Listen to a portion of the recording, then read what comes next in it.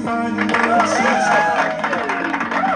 Madrid is in the house! O, di ba? Ikaw na maging Black Rider.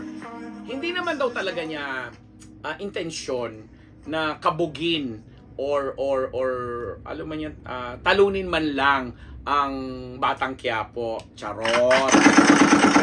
Tinatapatan ninyo ang Batang Quiapo. Sino ba naman maniniwala ayaw mong talunin? But anyway, siguro yung term na ginamit lang is hindi lang ganun ka-accurate. Pero, syempre, lahat naman ng mga nagbibida, ang intention ninyo ay, alam mo yun, kung sino yung nakakatapat ninyo, makatapat talaga ng bongga.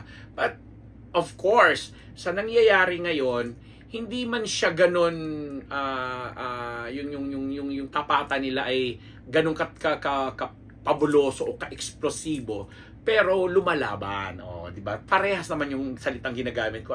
Lumalaban dahil syempre nandiyan kumbaga kay Direk Coco Martin, may franchise na siya ng pagiging Coco Martin sa television na talagang yung oras na yan kanya yan.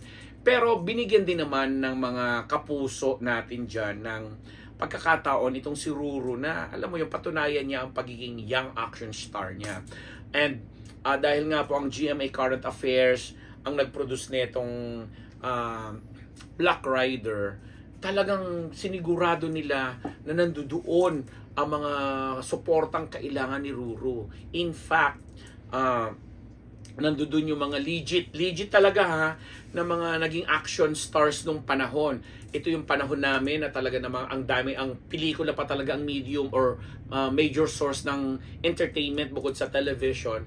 Talagang mga tao talagang bawat linggo pinanunood, and nandiyan nga, isa-isahin ko Raymart Santiago, si Zorin Legaspi, si Roy Vinson, si Monsur del Rosario, Raymond Bagatching, sino pa ba ang mga nakita ko doon?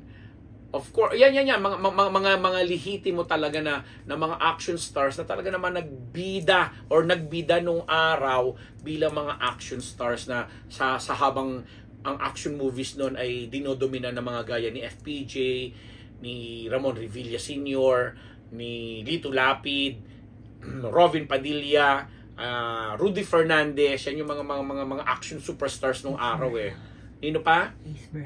Ace Verhel, di ba? May siningit pa si Don Ace Verhel. Totoo naman na yan talaga yung mga actions, mga heroes nung araw. Tapos and yet, itong mga panahon niya, yan sina Raymart, sina Zorin, etc.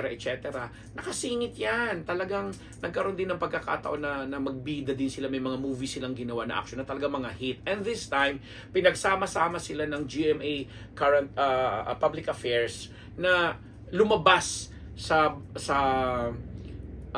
Black Rider para suportahan si Ruru Madrid. Tapos nakita ko pa doon, nakapanayam ko pala si Rio Locsin na gumaganap na nanay niya, si Kylie Padilla, si Gladys Reyes na nagbiro pa nga siya na dahil hindi daw siya kinukuha ni Coco Martin sa ang probinsyano man lang o dyan sa Batang Quiapo, ay dito na lang ako, kaya humanda ka Coco, tatapatan kita. May ganun pang joke doon si kaibigan Gladys na ang dami. Tapos leading niya din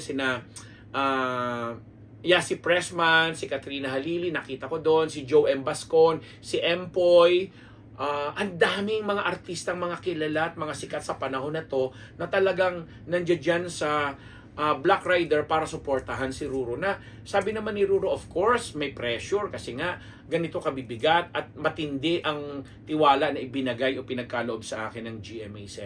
Sa kabilang dako naman, tinatanggap naman syempre yun ni Direk Coco Martina kasi sa dami nga naman ang tumapat na sa kanila, di ba? At lahat yun ay nagtapos na habang namamayagpag pa rin sa telebisyon, sa kanilang time slot, ang this time Batang Quiapo. So, sabi niya okay lang yan kasi lahat naman ay may freedom mamili, lahat naman ay binibigyan ng pagkakataon na manood ng iba, and yun ang nakakatawa kasi kumbaga sa isang buong tinapay, may portion naman talagang marami ring nanonood sa Black Rider. Kasi ako nga minsan, pag inaabutan ko po yung ganung time slot at wala akong masyadong mga meeting, press con, or mga taping, talagang nasisilip ko rin siya, di ba? Habang sinisilip ko syempre yung Batang Quiapo ko noon na nagaganap kay David, ang aking baby, si McCoy De Leon, si na Christopher De Leon, etc. Nakakaloka. And sa Black Rider, yun nga mga binanggit kong aabangan kanina, na eto may sarili rin naman silang mga hukbo ng mga supporters nila. So yun lang, si Ruro okay naman siya, maganda naman, gwapo naman, alam mo yun, mahusay din naman ang kilos niya, matikas siya sa action. Si John Lucas nga pala ang gumaganap na isa sa mga pangunahing kontrabida niya dito, ano.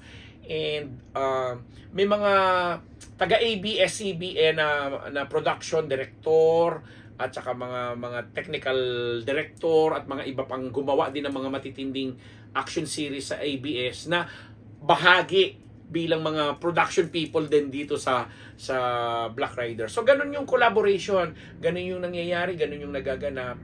So ano pa, everybody happy, 'di ba? Ganun lang 'yon. May mga, sabi ko nga barbecue yan eh, BRBQ. Black Rider BRBQ, Batang Quiapo. Barbecue! Pero syempre, masarap lang talagang manood. At kung saan po kayo nag-i-enjoy, you have all the freedom, you have all the time, kayo naman yan, di ba? So, ang importante, nalilibang kayo, ayun yun, nakakaramdam tayo ng kaligayahan pag pinanonood sila. At again, hindi naman natin pinagkakait sa kanila ang suportang hinihingi nila pag kailangan. Yun lang po. Ako ang inyong lingkod, Papa Unbearable Ambet Nabus, dito lamang sa Unbearable Channel. Maraming salamat sa mga sponsors. Ano pa? Nabubulol ako. Subscribers. Yun. Sa aming mga subscribers. Ang mga basher ko, ready kayo dahil nabubulol lang ang inyong lingkod. Kasi hanggang ngayon po ay ninanamnam ko pa rin ang pagbabalik ni Michelle D mula sa kanyang contest sa Miss Universe 2023. Baka nagbago na yung placement. Ay naku, nakakatawa na lang tayo. Ang mga Pilipino ibang klase may panahon para pagtawanan na lang ang mga ganung bagay. Hello po sa inyong lahat ulit. Nagsa-shoutout ko po ang lahat po ng mga kapwa ko Bicolano all over the world at lahat po ng mga dati ko pong mga televiewers, listeners, mga texters sa aking mga naging programa sa DZMM noong mga nakaraang panahon. Ambet Nabus po, ito po. Yan, nagbo-vlog na rin po ako. Thank you!